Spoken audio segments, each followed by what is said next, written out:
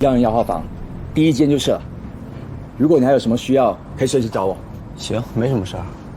哎，对了，你们这儿有什么好玩的地方吗？不好意思，这个我不知道。Hi，Hello。你们回来了？都吃过了吗？推荐那馆子超级棒。So good。那就好。晚安。晚安。Night。See you tomorrow. Okay, see you tomorrow.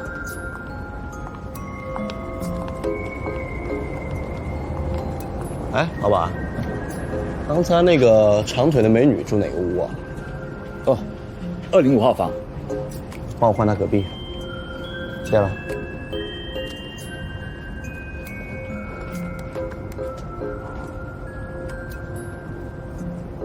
关先生，206号房。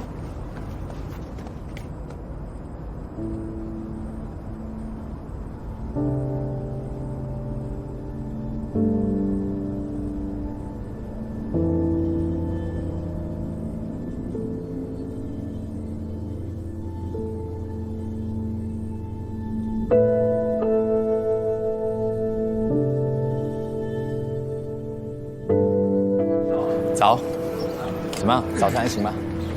还需要什么找我？早。早。早。热腾腾的早餐。昨天晚上喝的怎么样？特别晕。但我是属于那种醒酒快的人，睡一觉基本上就没事了。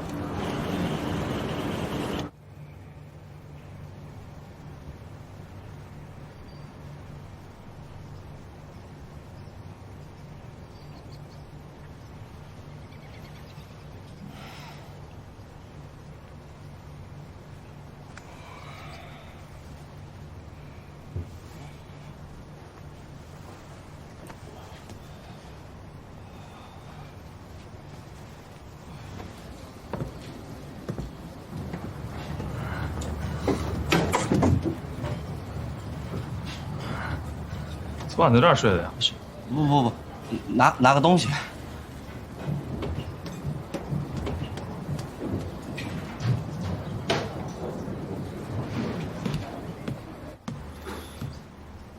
哪怕，哪怕。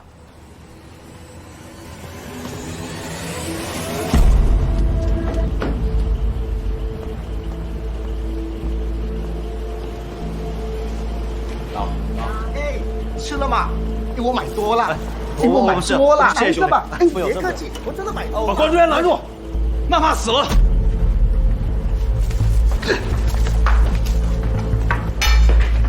就知道你们这好人。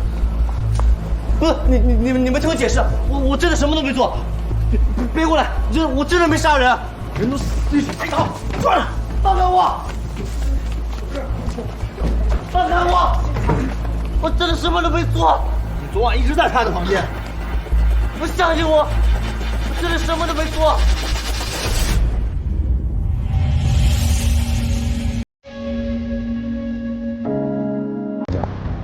这6个人报的警，说是这儿的住客昨天晚上在一起唱歌。怎么回事？说这个穿花格的叫关志源，这个他本来跟死者是一个人一个房间，但今天早上发现他从死者娜帕的房间里出来，而娜帕却死在了屋里。他怕他跑，费了好大劲才把他摁住。这个，他俩的护照，关志源跟娜帕的。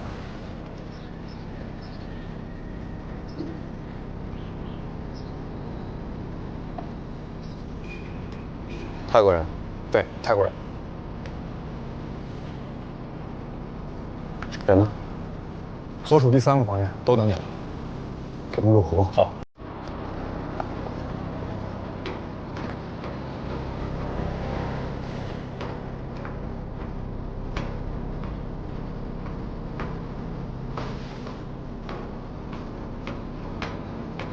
都对。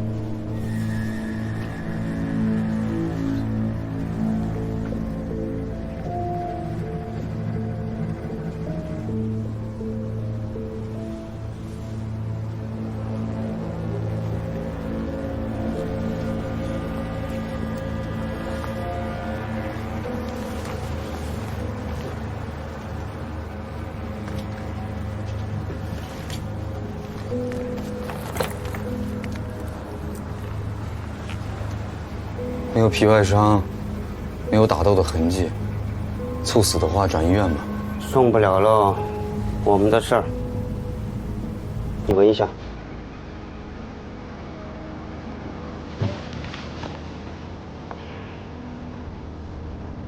氰化物。氰化物中毒，味儿最大的地方是鼻子和嘴。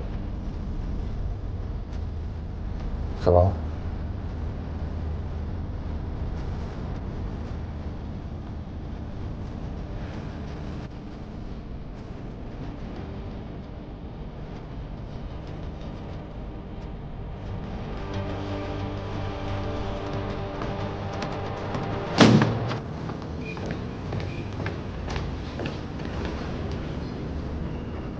老高，你帮我找一下有没有带氰化物的手绢或者毛巾，应该在这个楼里。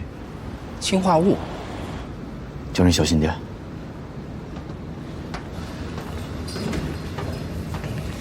能不能有点效率啊？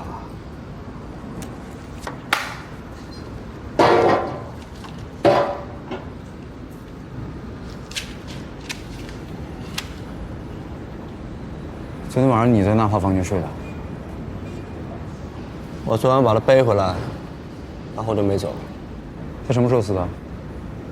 我不知道。哎，他猝死跟我一点关系都没有，我碰都没碰过他。衣服是不是你脱的？哪儿来氰化物？什么氰化物？哪儿来的氰化物？我不知道。哎，警官，他应该不知道氰化物是什么。什么是氰化物啊？一种剧毒，人吸一口，不到1分钟就死了。你们昨天一起唱的歌啊？对。几点回来呢？挺晚的，2、3点才散。警官，我们只不过是在下面的 KTV 里面唱了个歌，而且大家都喝大了，还差点睡在那儿呢。那帕怎么回来的？哎，就他，关娟把他背回来的。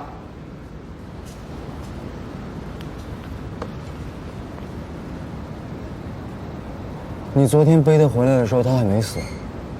当然没死啊！要是死了，大家早知道了。哦。然后你跟他睡了一晚上之后，他就轻中毒死了。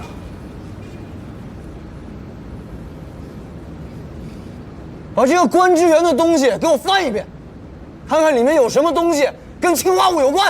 收到。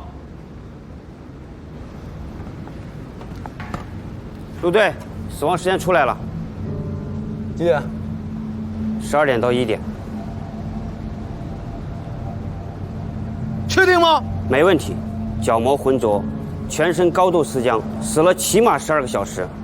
现在是下午1点，往前推，夜里1点前死的。那个时候你们在唱歌。那个时候娜帕还没死呢。就你们几个唱歌？对，就我们8个人，没别人进来。中间有没有人来啊？我们去很晚了，其他客人早休息了。那有没有人走啊？一个一个喝的腿都软了，他能走哪儿去啊？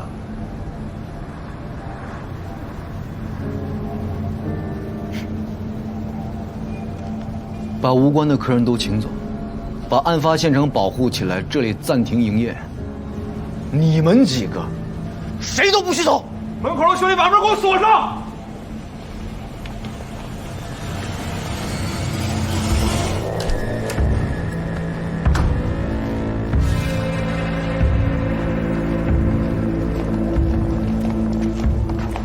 还好咱们来得早，这边还没收呢。这帮人挺能喝的呀。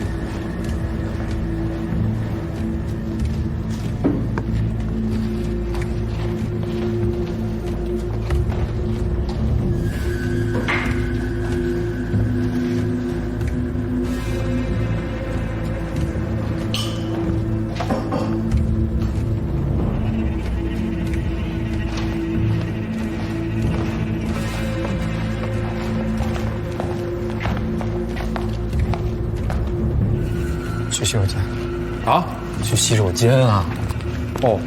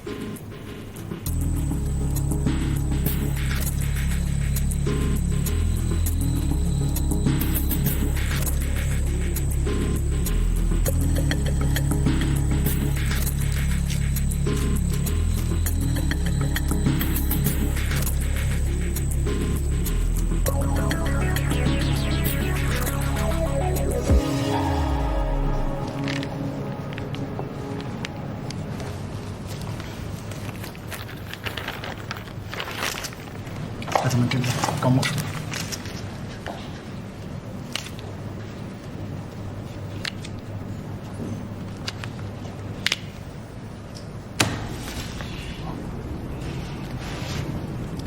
这事我真干不了，因为他什么都不干。什么叫什么都不干？师哥，你琢磨一下啊，这个地方是一个青年旅社，他到这儿1周以后不出门，屋子里边窗帘永远是关着的。然后最奇怪的是什么？这哥们儿不用电脑，也不用手机。现在已经2018年了，不用电脑我还能接受，不用手机那是很奇怪的。你会发现这个人在屋里边除了睡觉、吃饭、乱转，就是扒在门口听听是不是有人来了。他是躲人还是等人啊？师哥，我就帮你分析分析，结论还得你来做。下一个。第2个，何新宇，26岁，看这身装备应该是个背包客，说这几年都在旅行，应该是待几天就走。下一个。第3个人，程飞，这个人还有点故事啊。他在美国的洛杉矶的 UCLA 读了8年的博士，还毕不了业。前年因为在学校犯了一件事儿，然后回国了。办什么事？他的一个好哥们儿、好同窗，一怒之下一枪把老师给打死了。然后他呢，因为是同案犯的身份被审了半年。同案犯嫌疑点在什么地方？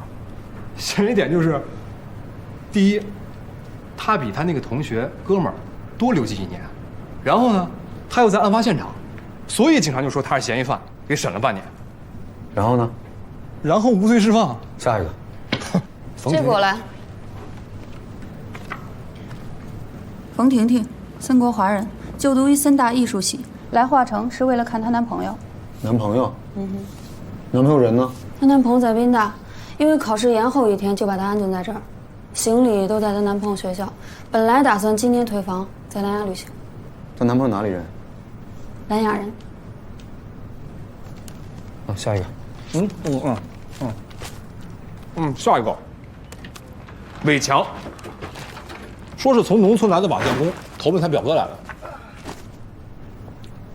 一个农民工住青年旅社干什么？那住哪儿？不知道，工棚吧？有点奇怪。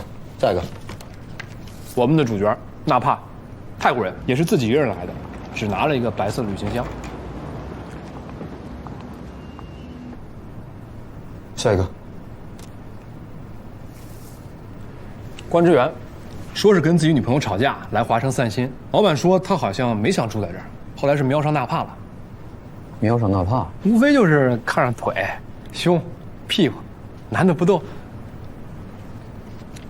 下一个，刘远，龙城一家通讯公司的副总，大老板，有钱。昨天晚上9点多到的，也是最后一个。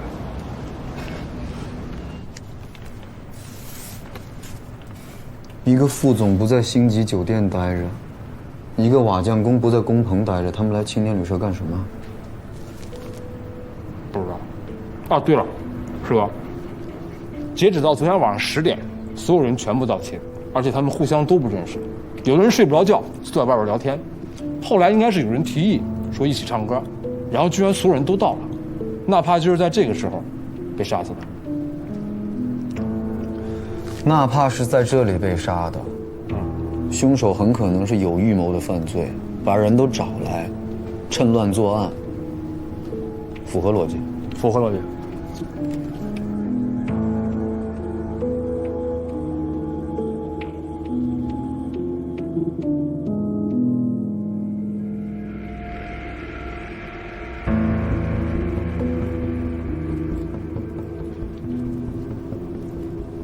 你们什么时候来的？10点15，我当时看了眼表，所以记得很清楚。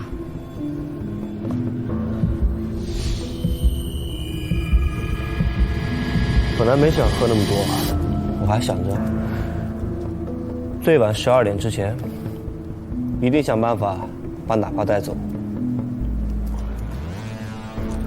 没想到发生这样的事儿。我他妈抱着尸体睡了一宿。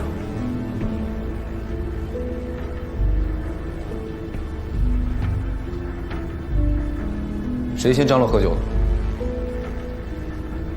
就是那个小男孩，叫许亮吧，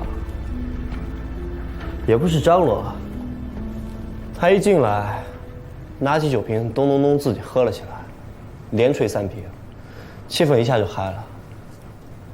我们这些人虽然不认识，彼此也没那么拘着了。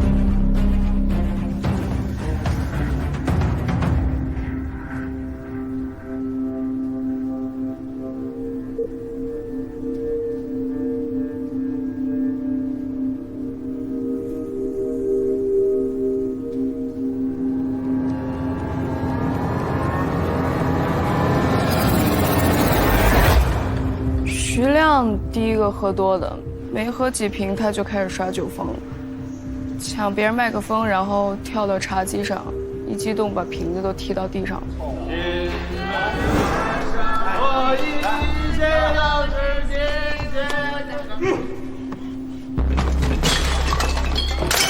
他们糟糕了！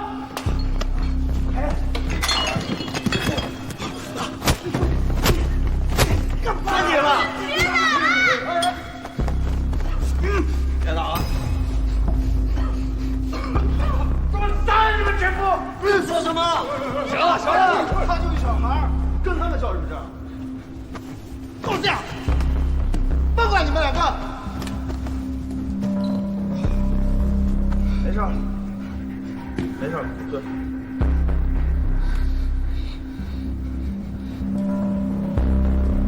都喝多了，沙发上躺的全是人。那怕什么时候倒的？我也记不清了，当时我也喝多了。不过我记得那怕是在洗手间倒的。最想让他倒的应该是关之源，他冲他来的，就想着把他灌倒带走。结果那怕没事儿，关之源自己倒是先挂了。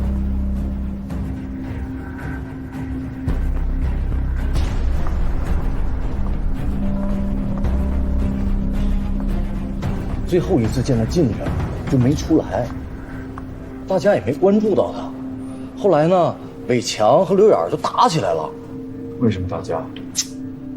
伟强不是民工吗？刘远呢副总，伟强敬刘远酒，然后呢，刘远能看得起他吗？哥，喝酒啊？手拿开！你谁呀？我认识你吗？跟我喝酒？哎，见过算缘分嘛。哎，跟你说了，把手拿开。咱俩什么缘分？咱俩根本就不是一类人，懂吗？民工就不应该跟我们住在一起，知道吗？哎，反了你了，还动手啊！别打了！别打了！别打了！咚一顿打，不是我们拉着得打死人，推我一下把我玻璃盖都磕坏了。怎么着？那个时候那怕在洗手间吗？我不知道。看着我说话，看着我。我就在洗手间见过他一次，他那时候已经趴在马桶旁边，我那时还以为又倒了一个人。他不会是那个时候已经死了吧？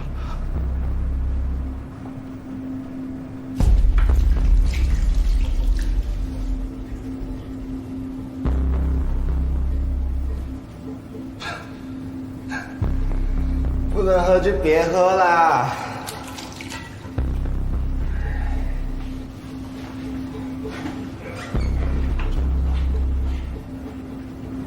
警官，我跟你说了，最后真是我把他给爆出来的，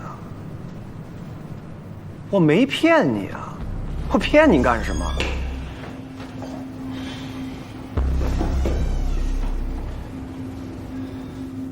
姑娘，别吐了，大家都等着你呢。走了。哎，起来。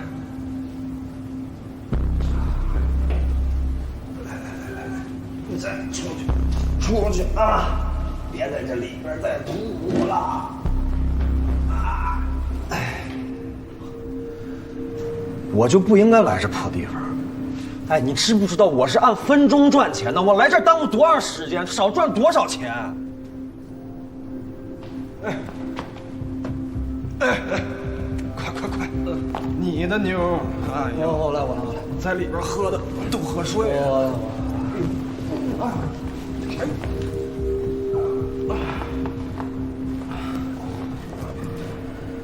喝了最后，他歌也不点，就那么干唱。没唱几句，大伙都醒了。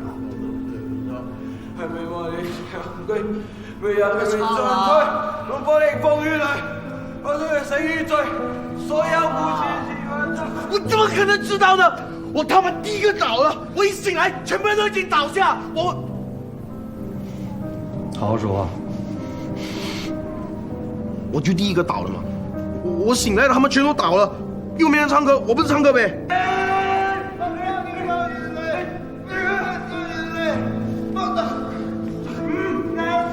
撤！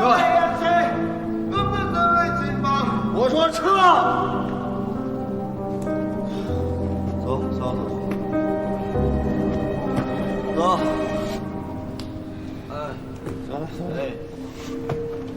走了。哎，兄弟，哎，抱一下，来，你陪着他。没好啊！哎，来包，抱，挂好。走。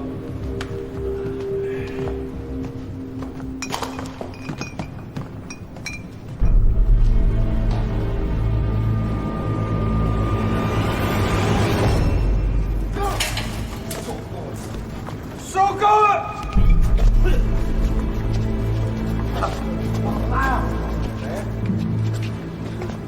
兄弟，牛逼了啊！兄弟，大锤哥，做错了什么？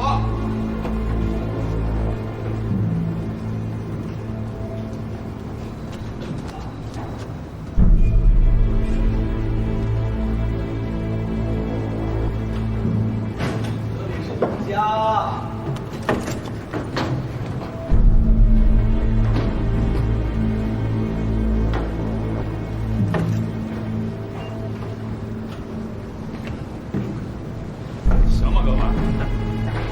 没事，好吧，早点休息啊。好。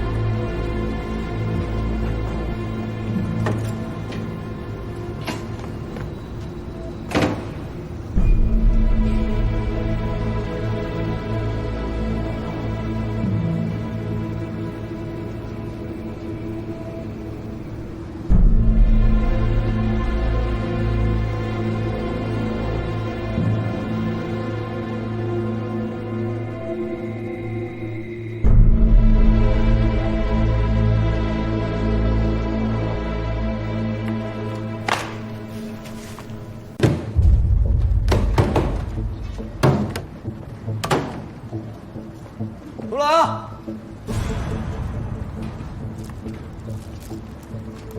警官，今天可以走了吧？有完没完了？啊？啥了不起是不是？再过2个小时，我就能出去了。出去之后我就投诉。还得找你们索赔，知道吗？我不玩的。什么意思呀？对，让你索赔。我们又没杀人，凭什么当我在这儿？好，欢迎大家投诉。但是在你们投诉之前，希望大家记住我的名字。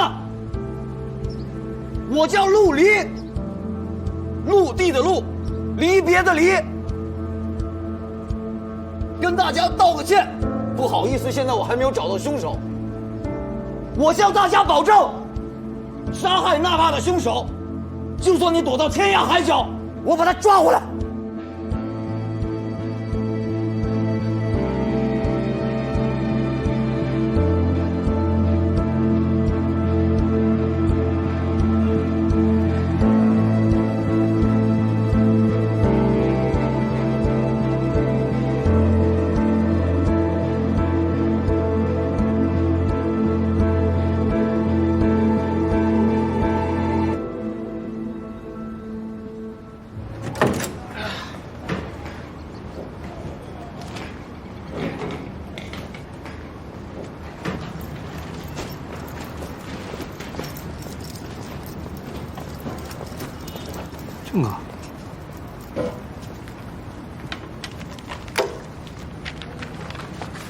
你的信息我都收到了，是不是少个人啊？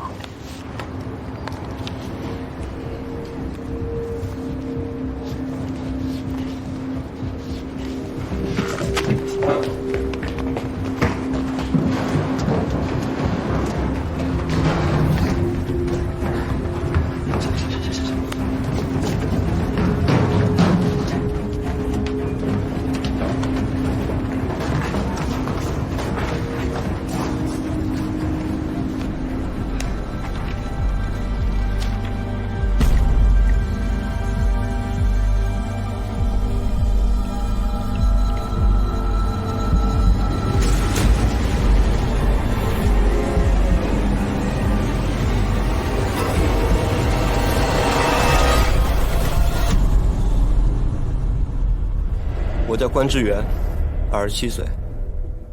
我来之前脖子充血，死者一直挣扎不死，直到喉管勒破，血崩出来。凶手男性，惯用右手。死亡时间我真没法告诉你，35分钟还是40分钟。哎呀，这又死一个，董局都已经炸了。那让他找6个警察来，一个盯一个，吃饭、洗澡、睡觉都跟着。我觉得靠谱。我能进了吗？谁也没拦着不让你进的。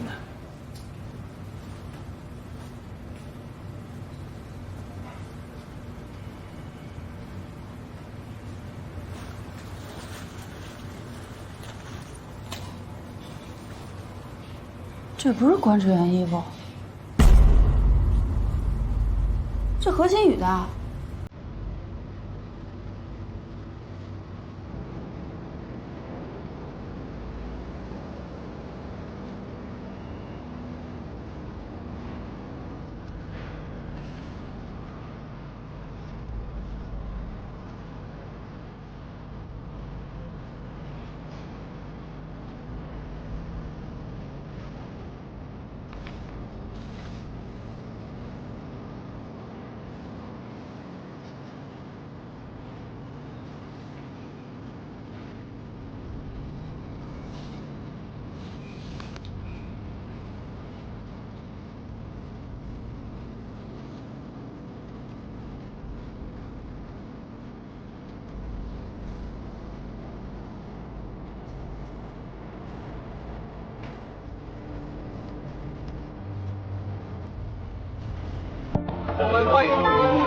背包客，我们来看看背包客的东西。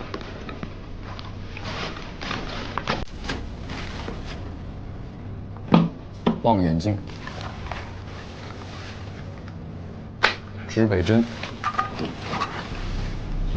便携式瓦斯罐，但是你没有便携式的瓦斯炉；便携式的酒精炉，但是你没有酒精。你这是在跟着贝尔去旅行？这又说明什么呢？说明不了什么，但是这个东西它能说明一些问题。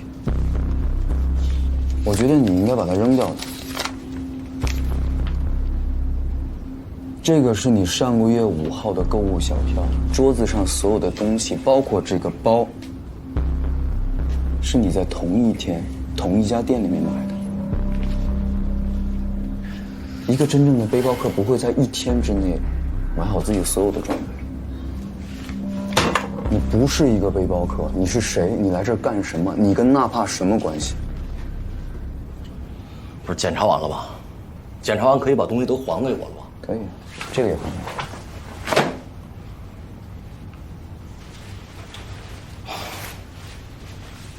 我正找了一上午。这个是你落在洗浴间的，就是关志远死的地方。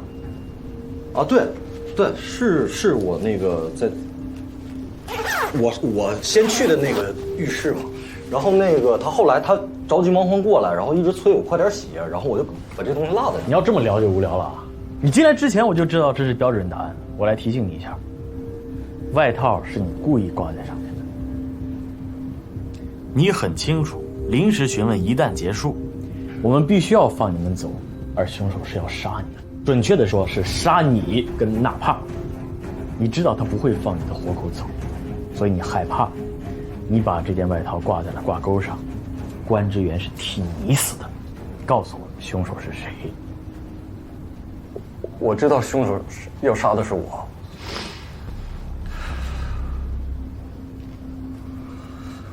昨天早上纳帕一死，我就知道凶手把我们骗过来，就是要杀我们。你把你的外套挂在了关之源的衣服外面之后，你去了什么地方？我当时是要离开的，但是我听见有人走过来，然后我就躲在旁边的浴室间，我连水龙头我都没敢开，然后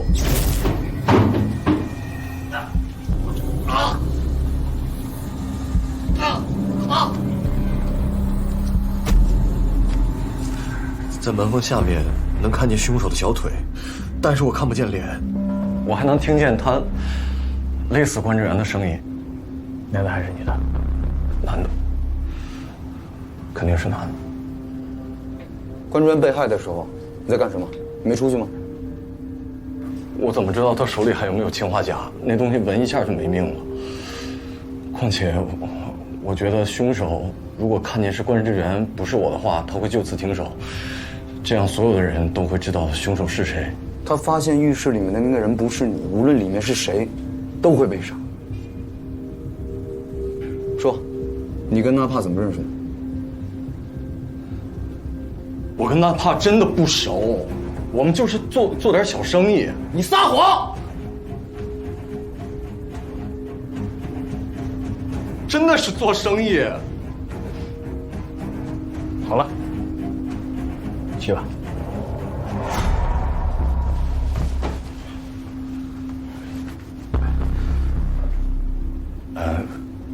我还要叫谁进来再问话吗？你叫谁，我们就审谁。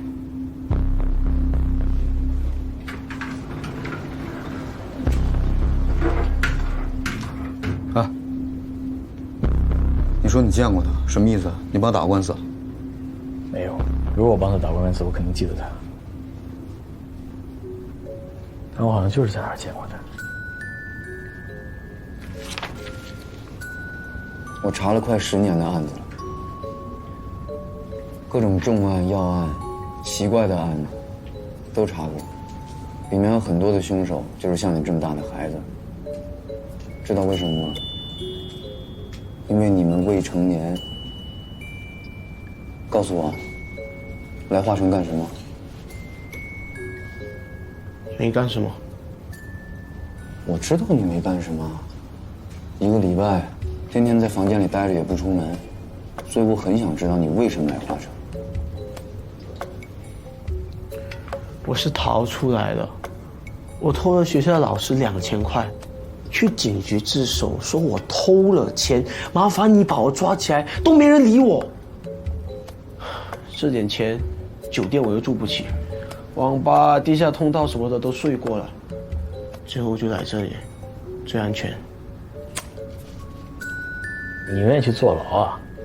这么没安全感，是谁要抓你？学校老师啊，他早就警告过我们，就像他说的，别想跑，就算跑到天涯海角，也会把我抓回来。你读什么学校？华城防卫学校，接网瘾的那一种。我们也不上课，就天天折卡片。折什么卡片？圣诞贺卡之类的吧，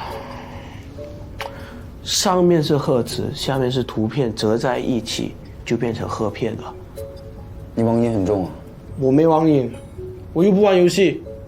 那你为什么去那读书啊？我爸再婚，我对那女人没意见，她对我有意见。就是说是你后妈把你？她不是我后妈，她是我爸老婆。对不起，就算我求你们了，人是我杀的，把我抓起来关了，行吗？我们考虑考虑啊。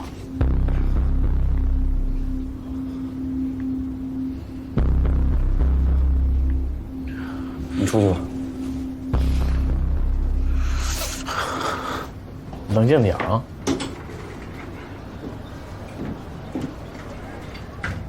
什么？你考虑什么？他本来这个孩子，我觉得他很不正常。他万一一会儿真的着急了，他杀了一个人，你负责任吗？不得顺着他说话，他很激动啊！你顺着他说话，他现在很想坐牢，他杀了人怎么办？你选谁啊？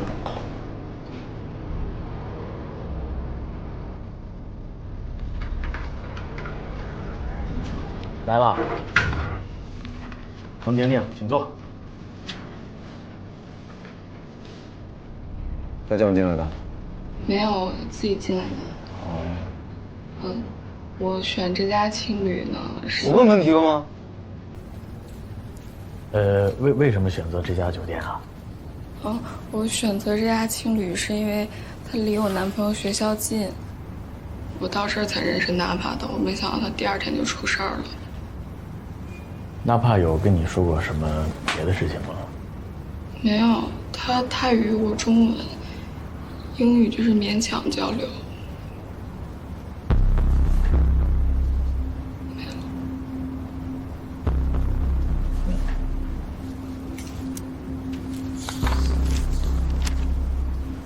你们是不是以为我愿意住这儿啊？哈，我在外边订了酒店呢。要不是因为下了飞机之后手机没电了，我那该死的助理没来接我，我能住这儿？出租车司机把我拉过来的，结果呢，困到现在哪儿也去不了。那你借个充电宝不就行了吗？人生地不熟了，我跟谁借啊？但是我试过共享充电宝，不过这里边它有一个问题，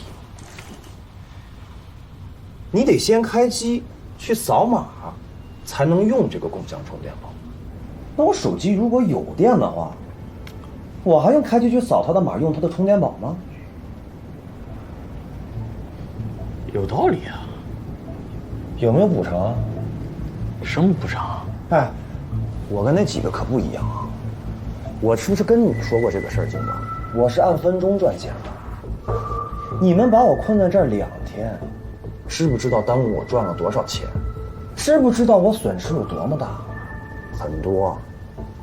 啊，尤其还有一个盖楼的，天天在我身边为难我。换你们开心吗？你要是也是凶手，把自己演成这样，贱了嗖嗖的，我觉得你的戏也好，你也应该拿影帝。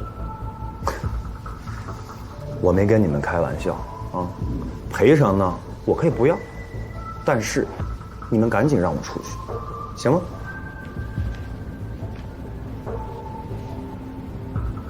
我助理呢？哦，外面正好我们的女警官在跟你在住就行了。随便聊，把他开了已经是板上钉钉的事儿了。要不是他没去机场接我，我能在这破地方待到现在？你去吧。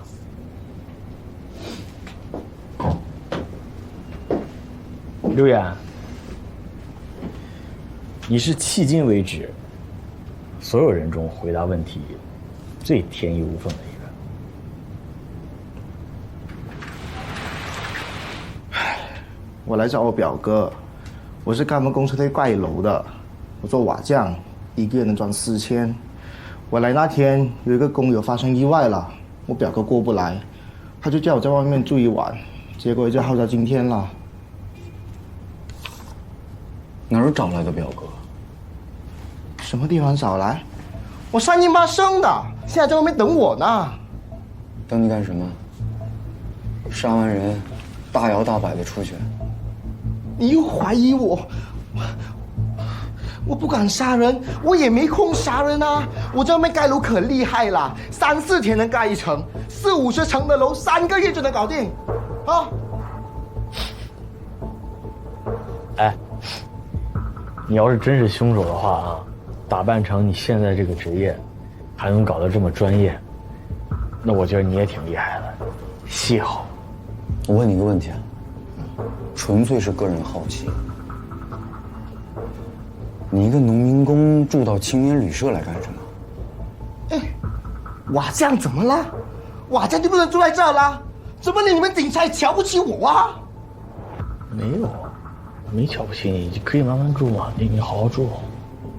你误会了，我们不是这个意思，我只是单纯的想问一下，你为什么会住在这个地方？我喜欢住这啊，我没住过，我一个月赚4000，我住得起呀。好，你慢慢住，可以住好久。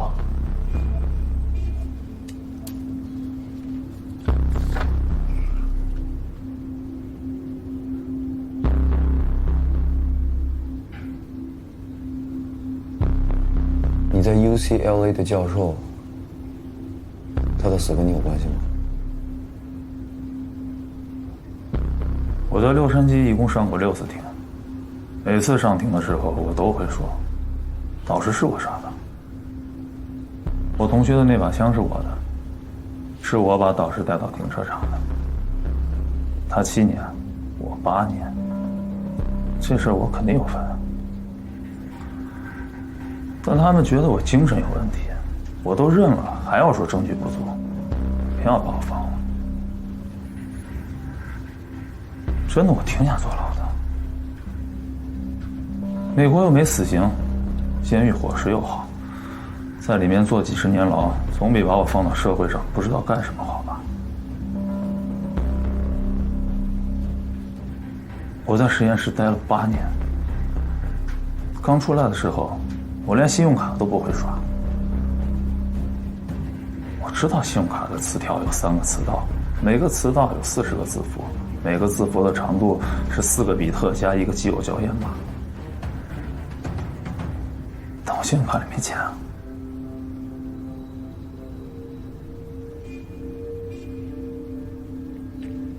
我的那些东西没问题吧？东西没问题，但你的人有问题。OK，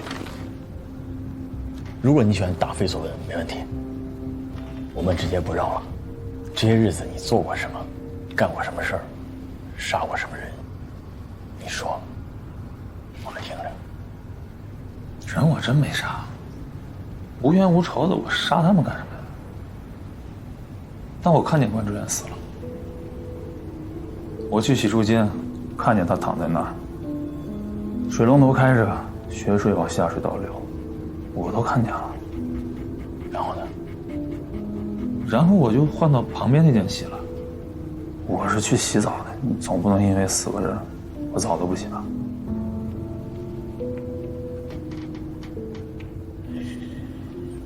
有道理啊。这过程当中有人进来吗？有，刘远、伟强、何新宇，除了冯婷婷，几乎所有男人都进来过。看到尸体就走了，大家谁都不想说，又死一个人，还得再困1天，就都装作没看见了。回去收拾好行李，等着你们放人。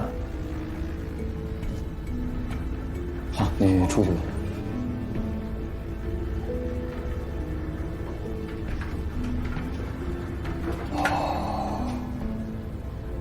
吓死我了！这不是你都不讲，我们怎么说真话啊？要不你第一个来，讲讲你最大的秘密。好。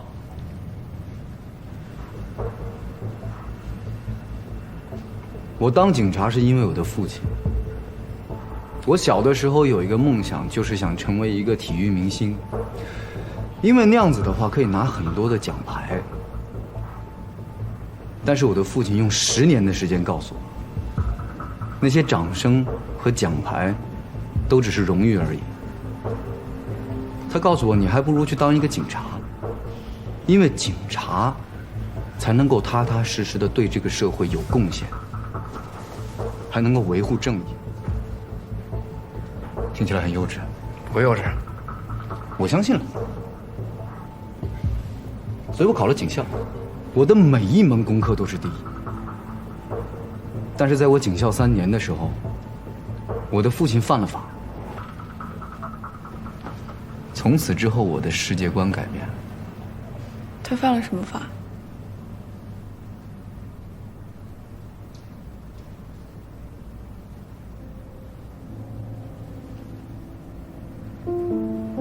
杀人。我的人生观是我的父亲一砖一瓦的盖起来的，也在一夜之间被他摧毁。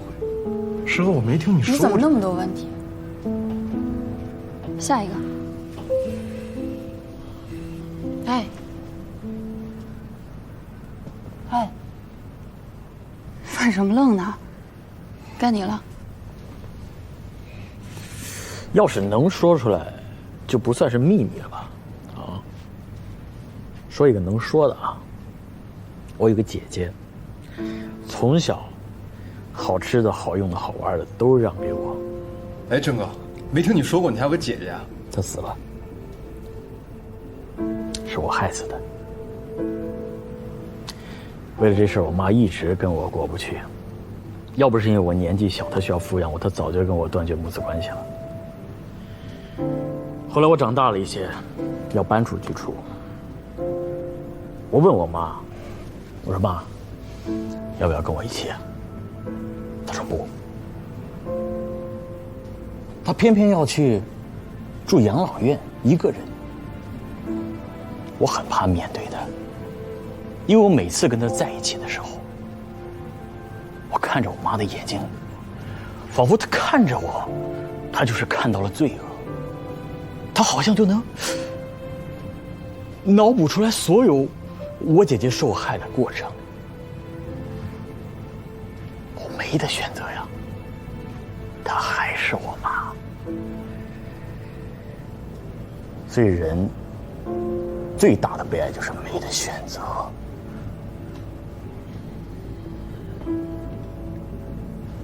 我永远不会让自己落于那种地步，永远都不会。哎，你还没说你姐姐怎么死的啊？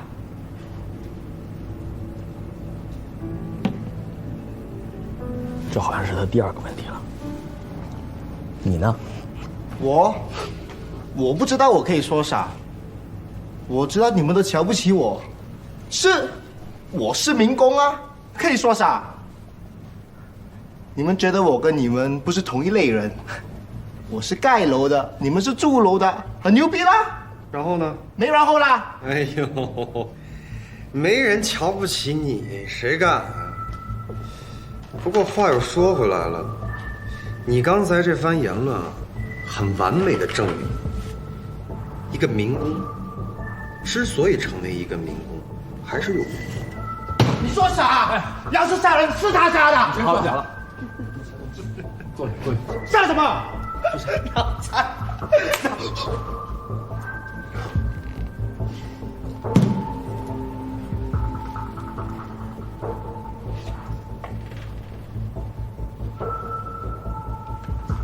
我说两句。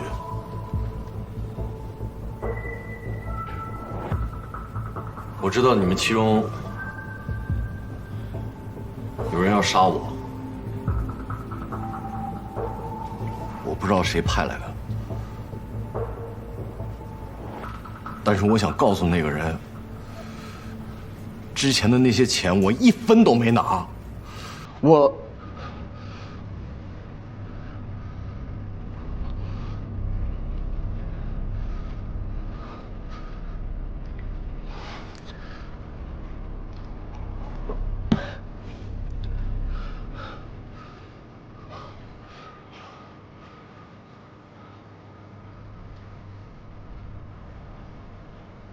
那个，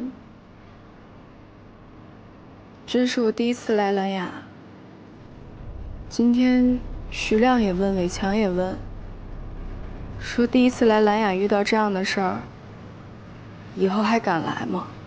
说实话，我不敢了。我其实就想跟男朋友去旅个游，我没想到出这么大的事儿。来，我说一件开心的事。我当初开店是因为一个词，一期一会。总有一些好吃的馆子、好玩的地方、有趣的人，是你们一辈子只会见到的。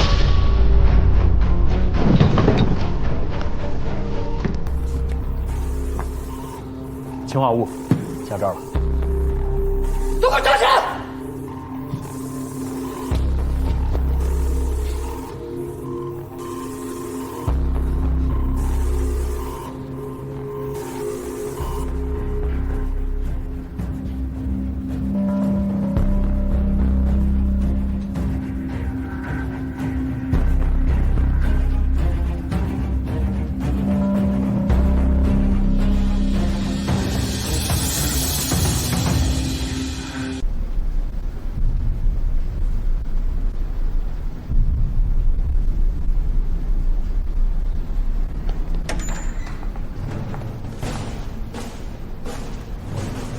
这谁啊？穿成这样，跟拍戏似的。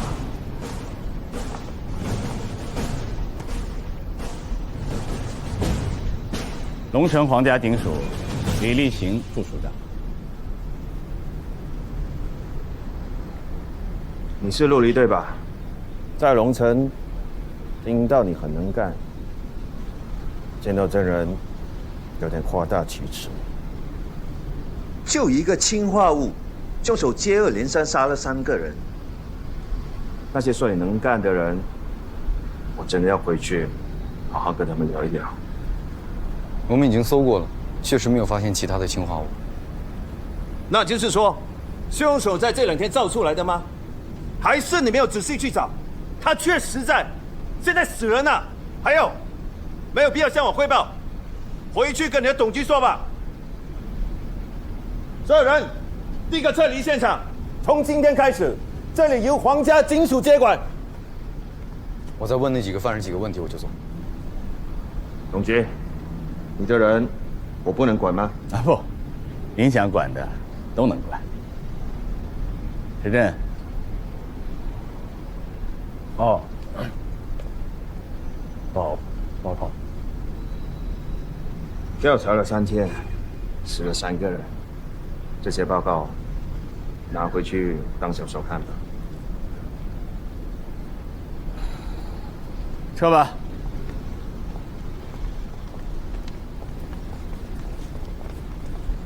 李副署长，您多辛苦。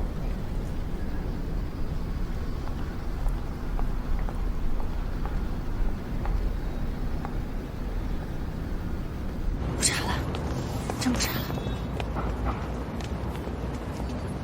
老师，叫人把尸体运回去。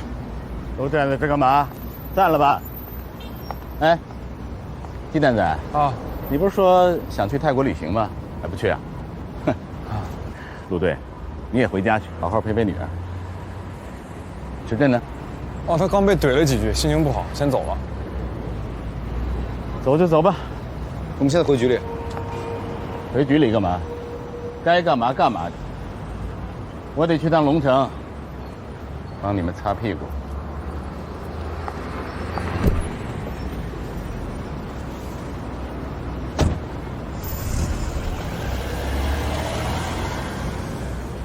师哥，那我真去泰国了？找到的，桌子底下。马上升为2级警戒。是。从现在开始，香子庙国际。然后我就过去了，他父母也很难过。然后他妈妈就给了我这张照片，说问没问她老公。我看见这张照片以后，我就惊呆了。何新宇，我想起来他是谁了，终于想起来他是谁了。一般我见过的人我都记得，我见的是他的照片。当时他请我打一个官司，在龙城。我看了这个官司之后，我觉得这是个死案，不可能打赢，我就假借说龙城太远，交通不方便，给推掉了。什么死案？为什么打不赢？当年有一对澳洲夫妇去找他买房子，他是一个不错的房屋中介，看上了一个房子，各方面都挺好，他就给他们建议说，让他们全款付清，不要让银行占了便宜。澳洲夫妇很相信他，结果就在交房的前一天晚上，他照样到他们家嘘寒问暖的时候，问问你们家水怎么样了，电怎么样了。可是那天他带了一个女的，应该就是娜帕。他们一进门，直接就把澳洲夫妇给控制住，绑在椅子上，折磨他们，逼他们说出来他们保险柜的密码，因为那里面有第2天要交易的全款。2天之后，他们还是没有说出来。老两口一直不说，他们就一直折腾，最后把他们折腾死了。因为他们开不了保险柜，所以他们恼羞成怒，家里有什么值钱的东西，他们都会带走，比如什么银质的盘子呀、器皿呀，包括珍藏的酒啊，连家里的扫地机器人都拿走了。最讽刺的是，就是这个智能扫地机器人，最后暴露了他们的位置，说是扫地机器人上有一个定位系统，他们通过定位去了他家的时候，只有何新宇一个人，纳帕应该已经回国了。抓到何新宇，何新宇什么都不说，但是有一点令我很震惊，他们在折磨这对澳洲夫妇的时候，居然第二天还回到了他所在的中介公司，假装这对澳洲夫妇马上要来交钱了，他在那儿等，直到最后，店长和他所有的店员都以为他是爽约了。我想不通的是，明明是个死案，人证物证俱在，为什么他会被判无罪释放呢？并且出现在了华城。走吧，去趟龙城，见见当年负责这个案子的律师。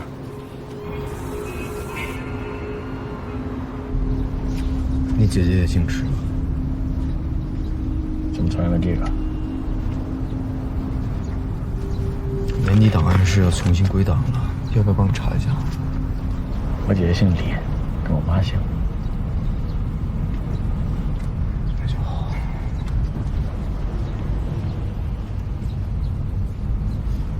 已经第5个晚上了，杀了纳帕和何新宇，凶手还要再杀别人吗？夫妻，何新宇和纳帕是夫妻，夫妻为什么来华城啊？为什么要捉到情侣？为什么装作不认识？还不是同一时间来的。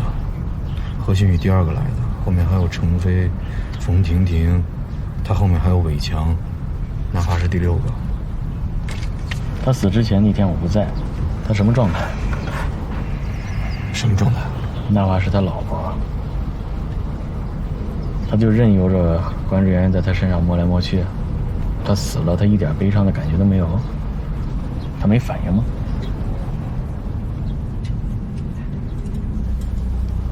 他好像是冷血的，没什么反应。自私，他想赶紧逃离情侣，所以他装作不认识。那天他就知道被骗了，他比我们还想知道凶手是谁。后来他查到了，但已经晚了。我姐姐她是被学校的老师杀的，奸杀。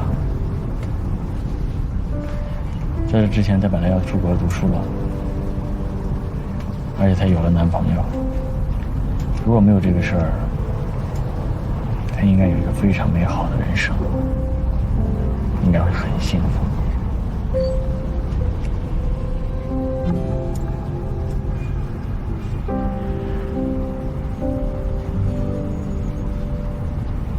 这个仇不知道该找谁去报。来，2位警官这边请，我的办公室就在那边。其实呢，我挺感谢何新宇的，但是我不是感谢他这个人，其实他就是个人渣。但是我要感谢他这个案子，如果没有他这个案子，今天也不会有这么多人陪着我一起干。来，这边请。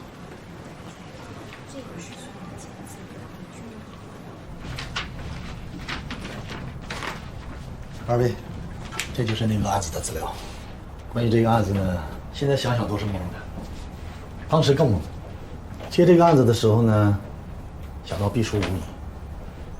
可是开庭的那一天，剧情来了一个大反转，证人没到，证词无效，何新宇被释放了，我稀里糊涂的就赢了，还没开始辩护。证人是谁？这个案子的关键证人有2个，一个呢是何新宇中介公司的经理。中间何新宇回国一次，回公司，那个经理看到了他衬衫上有血迹。另一个就是澳洲夫妇的保姆张林。据说他那天开门看到了，但是由于太害怕，咳了好多天，才报的警。为什么他们没有出庭作证？因为他们都死了，2个都死了。那个经理呢是走在楼下被一个松动的空调挂机砸死的。那个保姆呢，出庭的那天去法院的路上出了车祸，撞到了。就是怎么都能死，你知道吧？太巧了。你们不是怀疑是何新宇找人干的吧？警察没那么傻，查了2个多月。那没关系，就是一场普通的车祸。当时负责这个案子的是不是一个警察叫李立新？啊，对，听说他已经升到副署长了。所以说，这李立行根本就不行。你看他那天见咱们的时候，拿那官威拿这么大，这明明就是谋杀呀，他就能查成肇事逃逸。还说我的报告是小说呢。我这有监控录像，那个柳处长呢一帧一帧的查了很多遍，没有发现什么线索。哎，我问你啊，你这个律师事务所现在一个月能挣多少钱呢？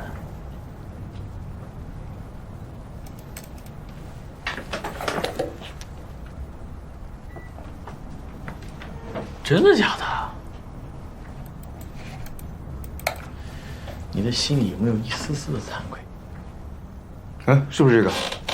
啊，对，你看，就是这辆银色的车。听说这辆车呢是被偷的，偷车贼现在还没找到，查过那个车主，当天开车的不是他。这个就是整个张林被撞的过程。哇，这哪是车祸呀？这分明就是谋杀呀！魏律师，我能用一下你的电脑吗？啊，可以，请进。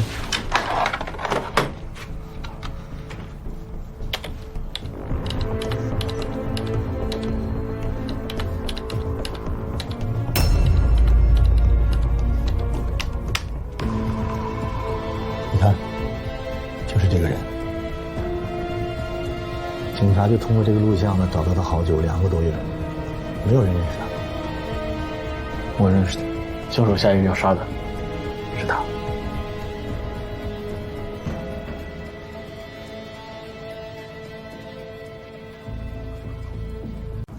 我不在的这几天，希望大家抓紧把手头上的工作处理好，不要趁我不在偷懒。散会。谢谢。从明天开始我们就放假了。好，这样老师祝大家假期愉快。好了，我们下课，拜拜。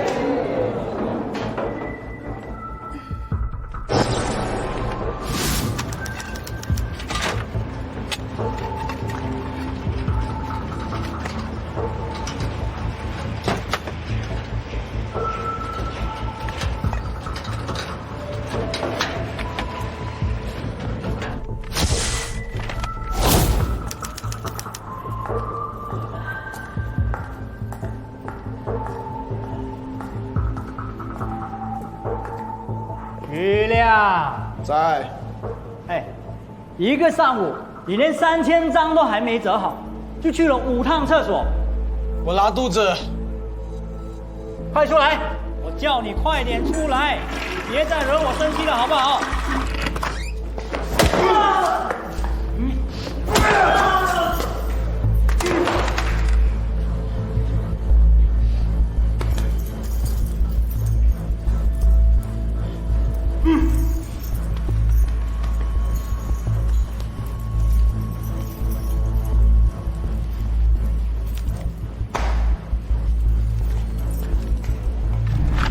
下一个是常飞，也有可能不止一个人在说话。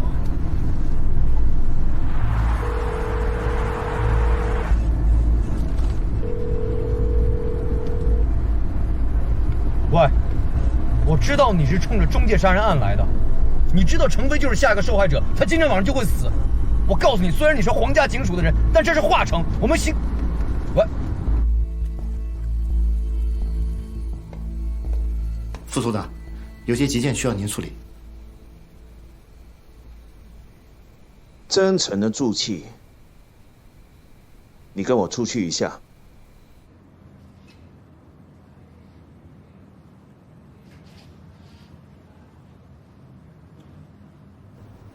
我他妈的就不应该来这儿！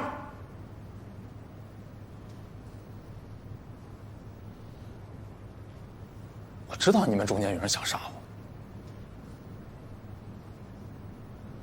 我，来呀，杀我呀！没人想杀你，就来写吧。我写什么？你们到底谁想杀我？是你吗？还是你？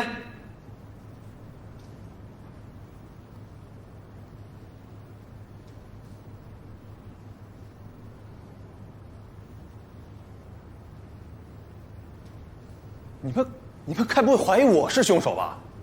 那你是凶手吗？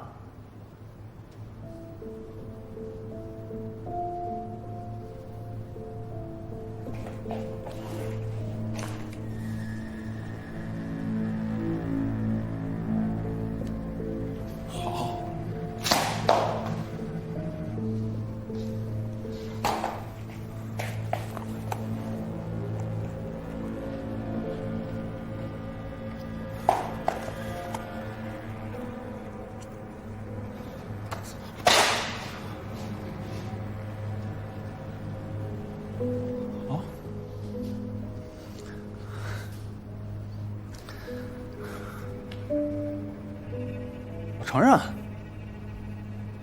我是杀过人，被兰雅杀过一对老夫妇，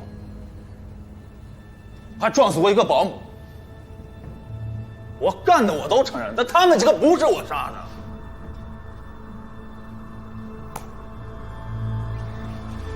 你还杀人呢？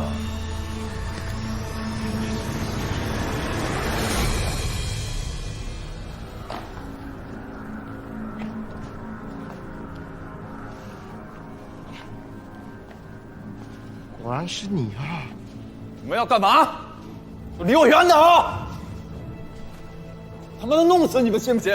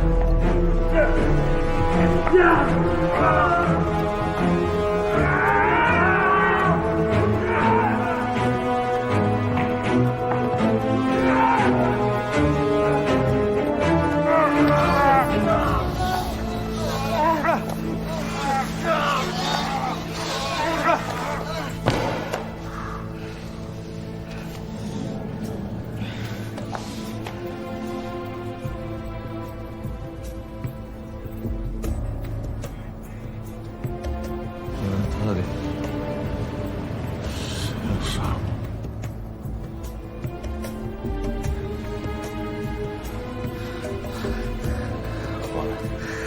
我们都要杀你！谁先来？给我进来！哎，杀什么杀？要杀也轮不到你这个小屁孩儿！都停下！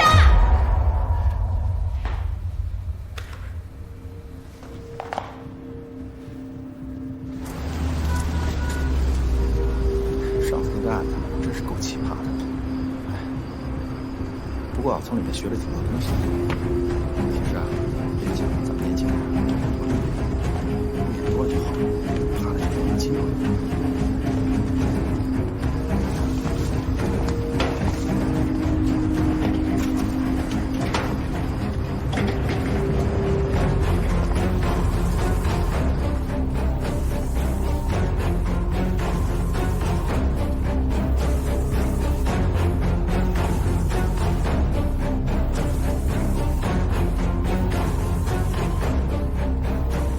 绕过来。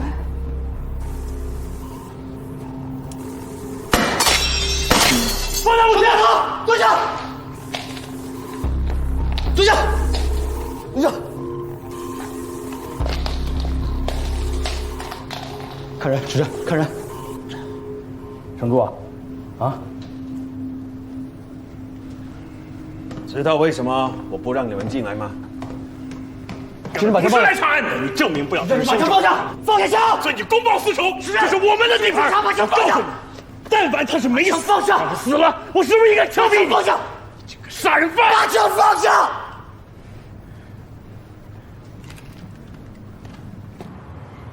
扯不扯淡？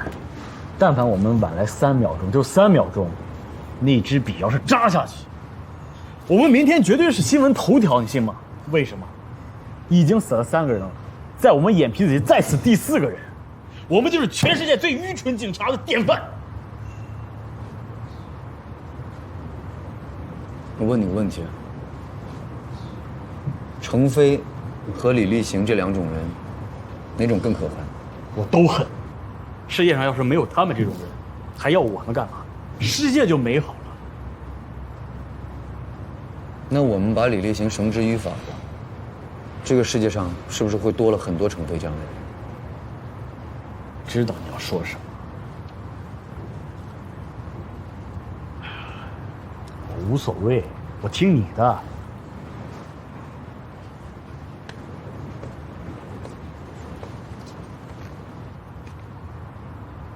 你是不是对我有意见？我对你没意见，但我对你处理程飞的事情有意见。程飞干了什么？你们知道吗？我不知道，他杀多少人跟我没有关系。法律管不了的。我身为警察就……你还配说是个警察？那是条人命。主任。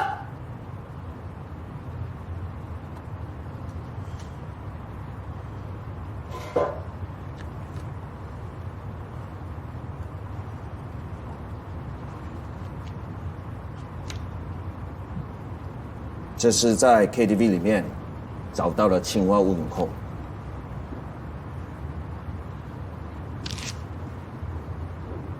还挺聪明。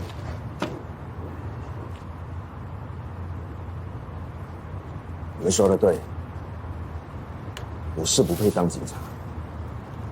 辞职信我写了无数次，可是每一次都打回来。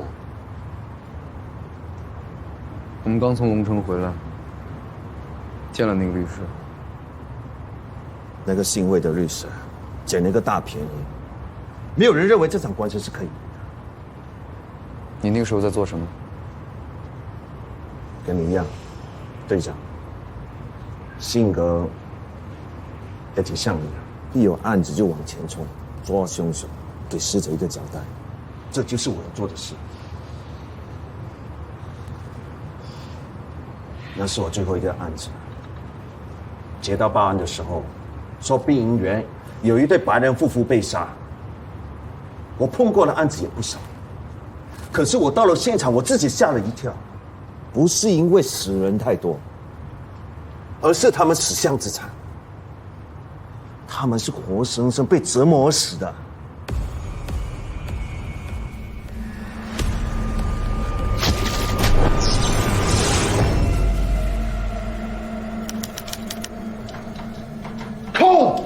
What's the code? Give me the code. 拿条毛巾。What? Towel， 绑起来止血。这是我女朋友，你跟她说。你再跟他们给我废话，我抽你去吗？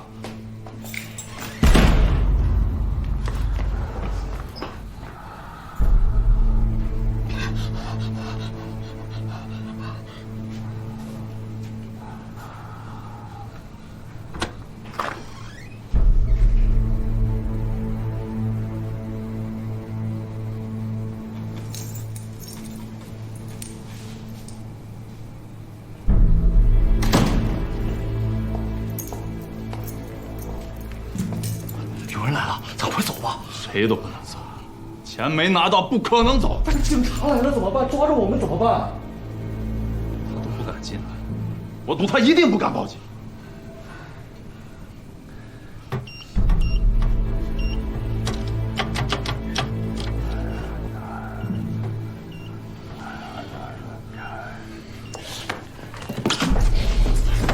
他带你看了2、3个月，房子看了100多套，钱呢？钱呢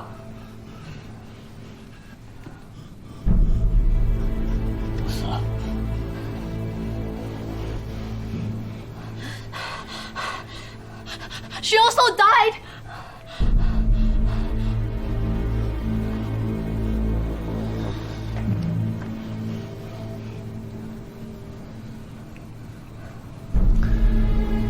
把值钱东西全部拿走啊！把值钱东西都拿走，快！啊 OK。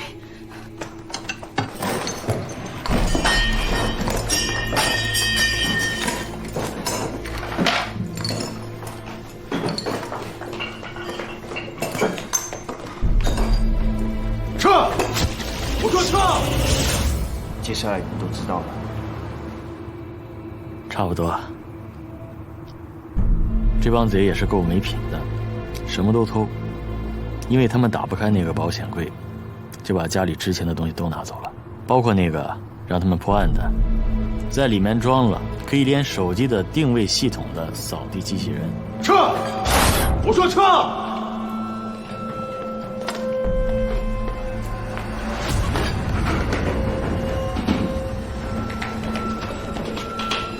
我老皮师傅，扫地机器人就是让我们找到何新宇。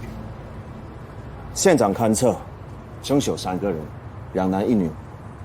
当我们抓到何新宇的时候，那2个同党已经逃跑了。何新宇他死都不肯认罪，也不肯供出那2个同党是谁。可是我们还有别的方法，我们有证人，就是那个保姆张琳。第2天，他到一开门，就看到整个犯案的结果，于是他就跑掉了，也没向警方报案。后来我找到他，他同意出庭指证何新宇，这是万无一失的官司啊！何新宇肯定被定罪。可是没想到，他出庭当天被车撞死了。这件案子结束后，我就被调到总署，从此不再碰任何案子。我想告诉你们，身为一名警察，最后一个案子是死案，我真的睡不着，官我也做得难受。哪怕何新宇和程飞到底谁是主谋呢？重要吗？我只是想知道，为什么他们最后一个才杀程飞？还有，凶手是用什么方法把这3个人都聚到这儿？接下来就要靠你们的本事去查了。我知道我的方式不对，导致程飞差点被害。我要感谢你们及时阻止我。这些资料是我当年找到的，以后就靠你们了。我回去了。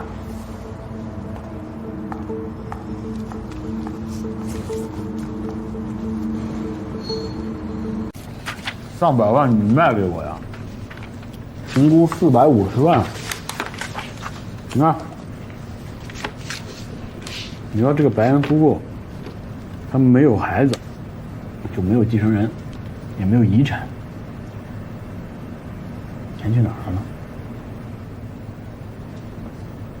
平利信托基金授权书，你看看，正好450万。我怀疑有人利用这个信托的基金，把这笔钱给吃下来了。怎么样？你怎么看？去查一下。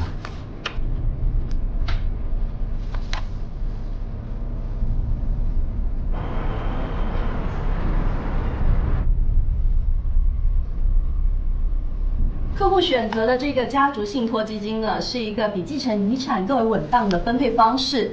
比方说，你继承了一笔钱，可能一夜之间你赌光了，或者被某个女人给骗走了。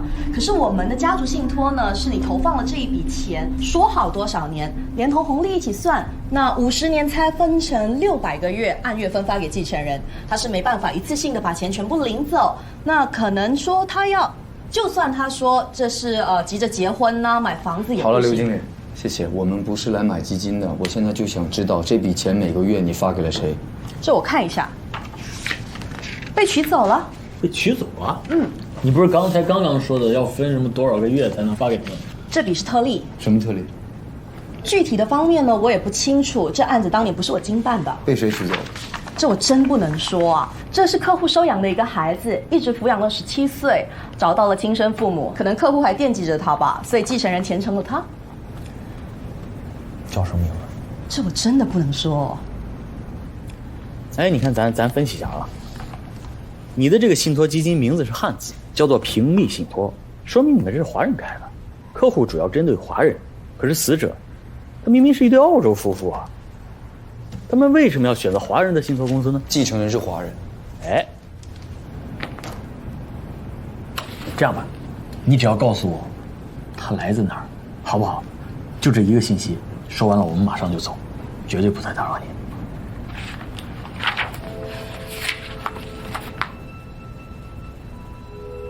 是森国的华人。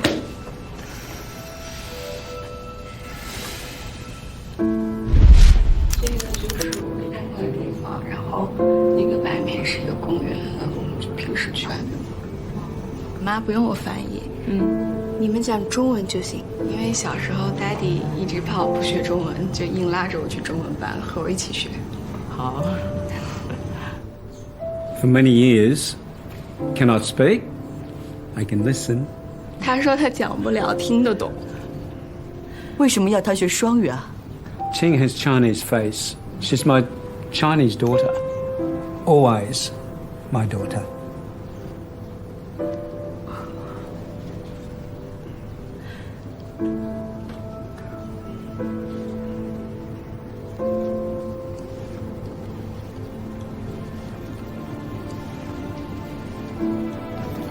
你们慢慢聊，我们去外面等你哈。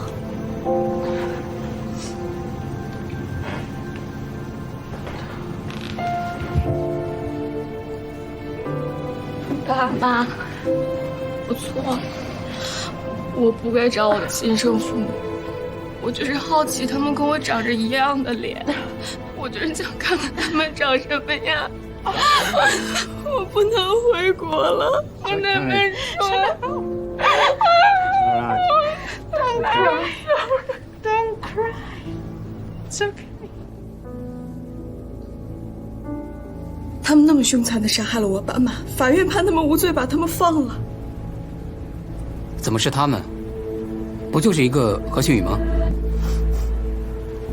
？3个人。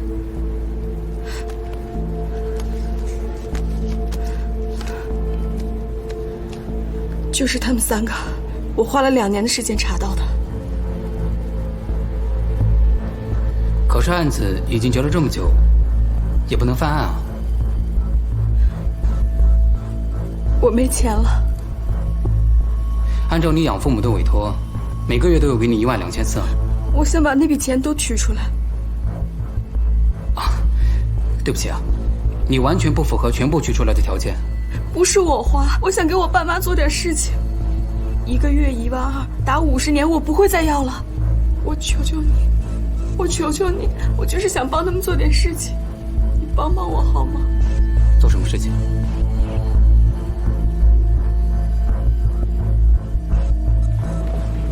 说的对。哎，你是刘远吗？是我，有什么事吗？信达房产的刘仁是你哥哥吗？对。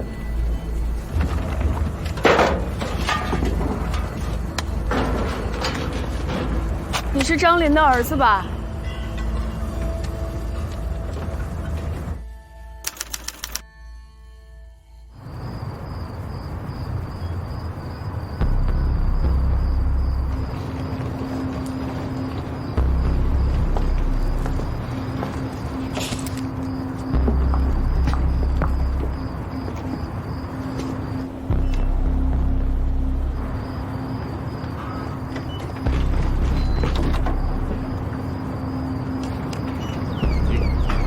谢谢。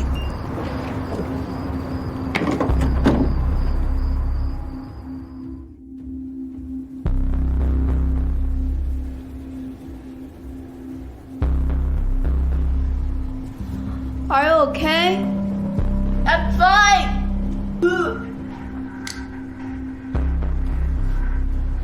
Steve from Australia wants to say hi. Steve? Two.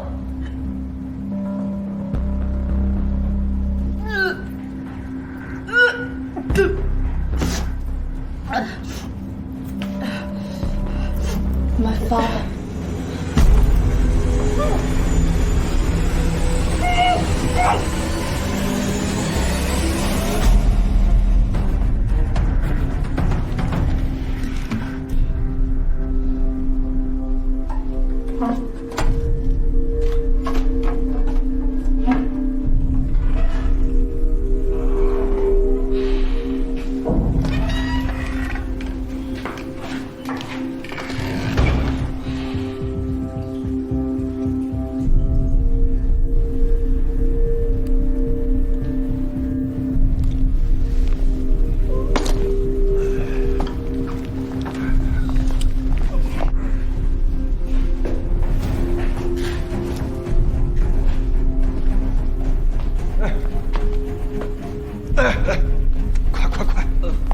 真牛！哎呦。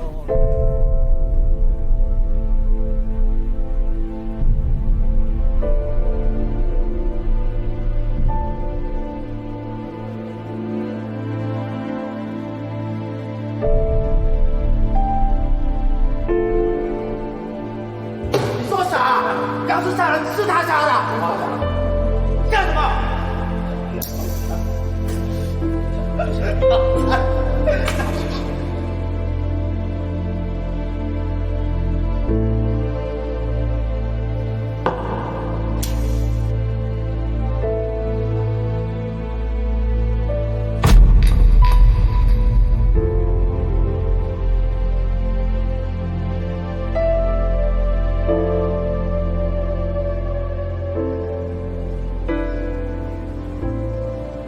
再等一下，大家就要散了。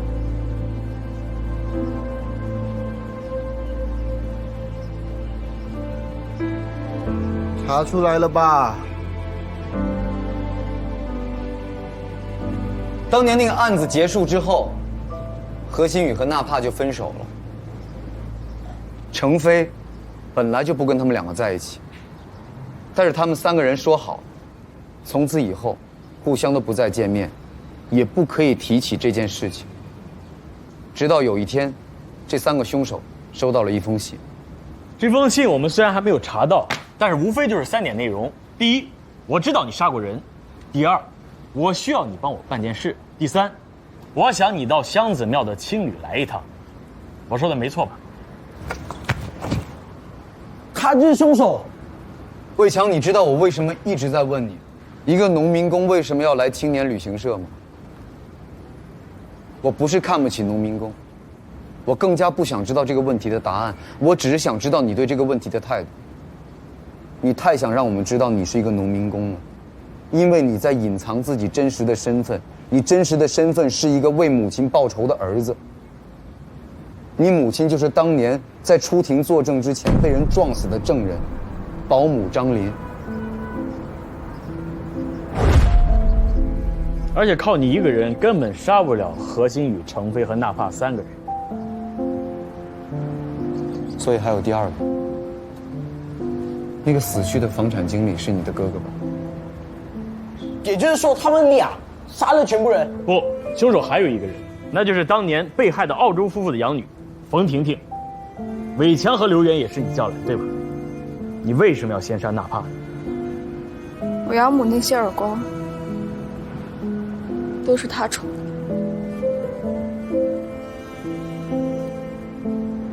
刘源演得太好，滴水不漏。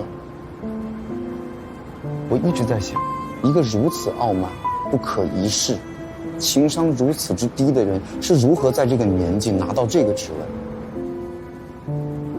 在你同事的嘴里，你不是一个这样的人。心仪，是了，刘总。你怎么了？今天不在状态？不是刘总，他只是家里有点事情，可是人事部又不批假，所以就有点不开心。人事部不批，那你找我啊，我给你批吗？你和伟强第一天见面，借着酒劲打的那一架，好让大家都注意你们俩。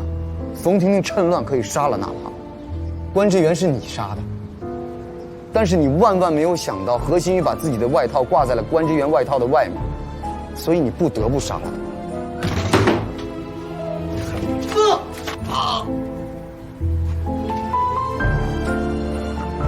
杀错了，怎么错了？关志源。接下来的死者就是何新宇。何新宇是在我们所有人的眼皮子底下被杀的，我们所有人都不知道他是怎么被投的毒，直到我们查出了这个。这是一粒纽扣，还认得吧？这招很聪明啊，把氰化物放到纽扣里，然后投毒。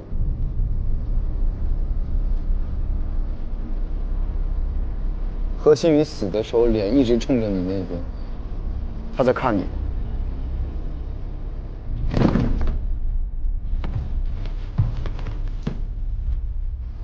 你胆子真的很大，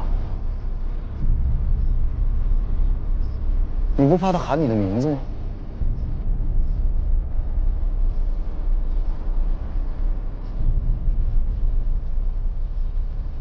最笨的就是你。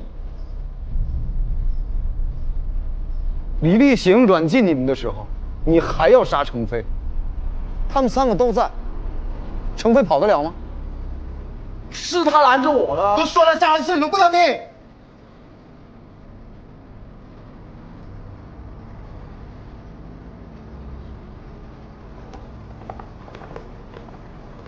把所有人铐起来，带回警局。